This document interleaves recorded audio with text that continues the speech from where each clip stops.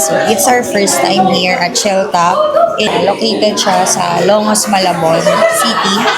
First time namin dito ni Ace para sa aming cafe hopping. Ang mga in-order namin ay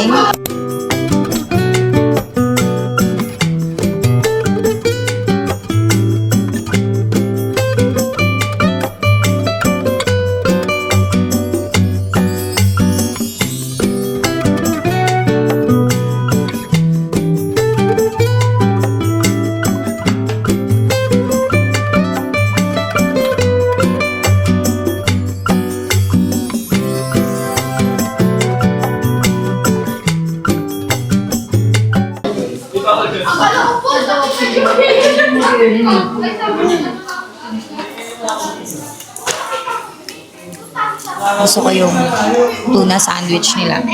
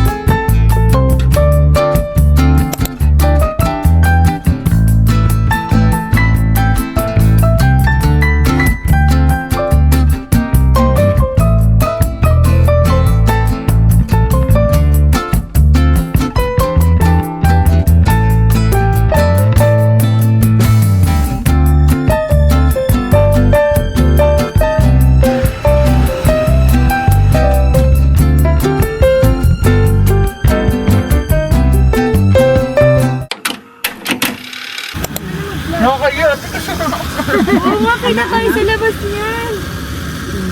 Wait lang, dito man tayo. Ate, kung hindi ka tumigil sa pagbablog, ang laki mo na kumita. Ate! Ay! Ay, charot!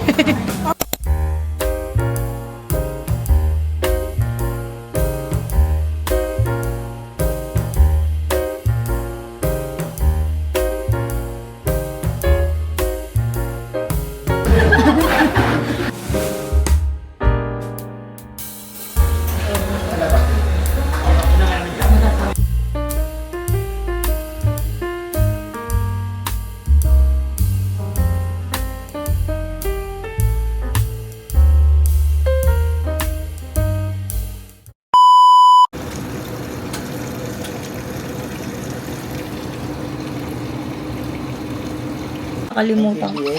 Oo. Tropa ni nung lalaki. Sabi ni ni Marika. Si Kyle ba? Kasama niya? Hindi. So, ayun guys. Nasa bahay na ako and gising na si Aki. Kanina kasi pag alis ko, tulog pa siya. So, ayun. Super enjoy with the gang. Si mama ang kulit kanina. Hey guys. Labas ba kaya?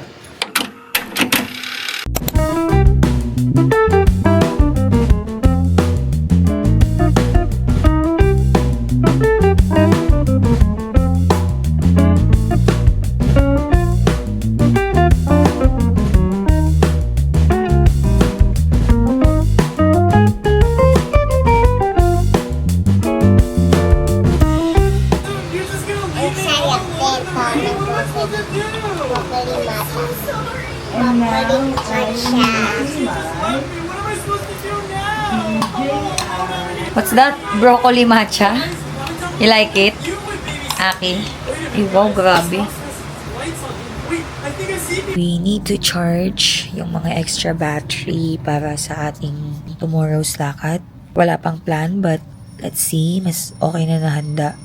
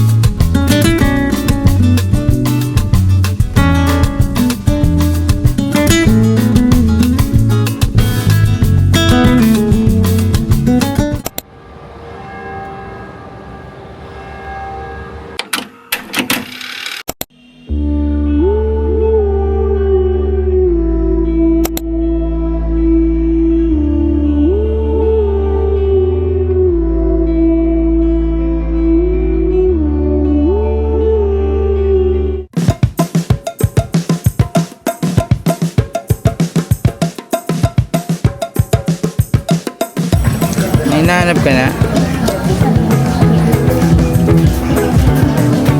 Kano yan? 10 pesos? Change location kami guys kasi wala na masyado dito sa Quiapo ng mga ukay. Pero nakascore naman ako ng 60 pesos, 3 items na yon. So yun, tingnan natin kung meron pa tayong aabutan sa may Intramuros.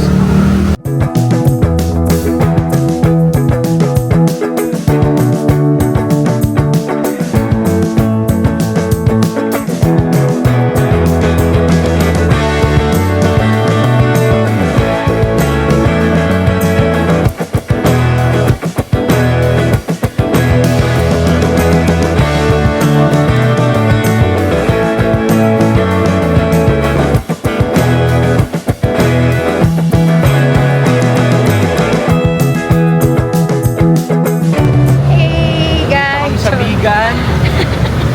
We're here at Vegan. Charot. So, Vegan. galing na kami doon sa Ukayan. Hindi kami nakapag-ukay kasi ang mahal. Wala siya sa budget ko. And, ang mahal na talaga doon. First time ko lang doon pero namahalan ako. Kaya, susulitin lang namin yung parking. Kami ay maglalamierda dito sa Intramuros. Currently, ang panghe. Ang panghe doon. Ang panghe doon, banda. Wala yan. Ay, meron dyan sa loob ah. Ewan ko kung bukas pa sa simbahan. Simbahan.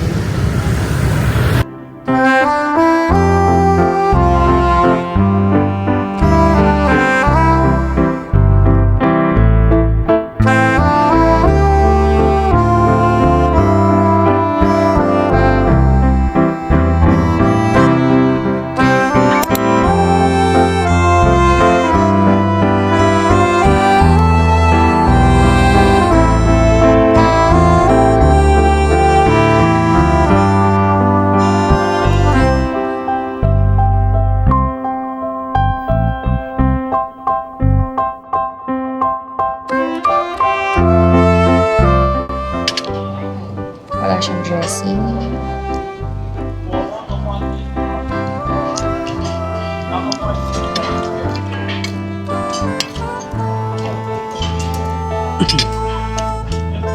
Celery. Ano ito, kalat? Ito masarap talaga to, pero Deep. blue cheese. Hindi na ako ng pasta. Kasi gusto ko talaga tacos.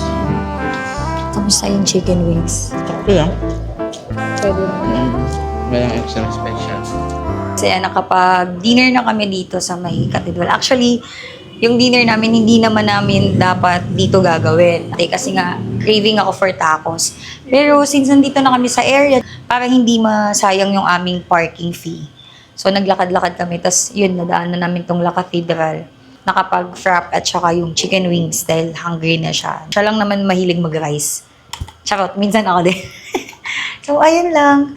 So, next stop natin yung sa Latoka. Yun yung cravings ko for how many months na.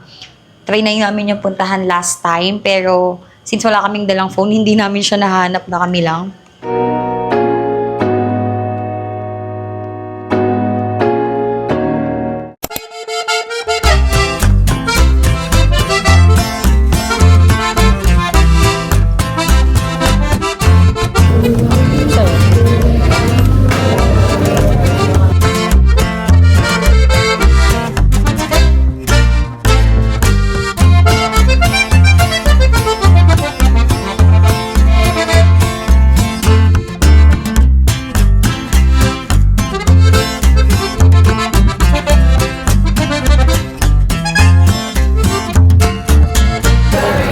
Sobrang yummy. Ubus namin.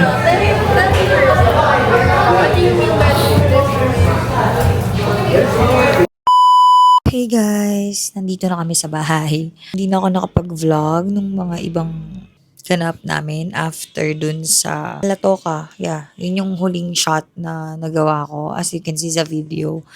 Pero on the way, nakakita kami ng thrift shop na open pa kahit 10 PM na kanina. Kakilala ni Edmar yung may-ari nun. Since si daddy nga before, yun nga share ko lang, dati kasi yun yung business namin. business niya actually kasi ako na nag-office pa. So I got, I think, 2 or 3. Tama, 3 item for only 100 plus pesos. So far, naka 190 pesos lang ako for 5 items ata. 'Di ba? Sobrang mura. Ang budget ko kasi kanina is 300 pesos since sa Quiapo nga napakamura pero hindi tayo pinalad na makapili pa ng kung anik-anik. So ayun lang, ganun talaga sa ukay, may mga ano lang na tiyempuhan. Yung kanina kasi wala talagang magaganda. Si daddy nga walang nabili which is very rare sa kanya dahil mahilig talaga yan siya mag-ukay. So that's all for today's vlog and see you again on our next one. Bye!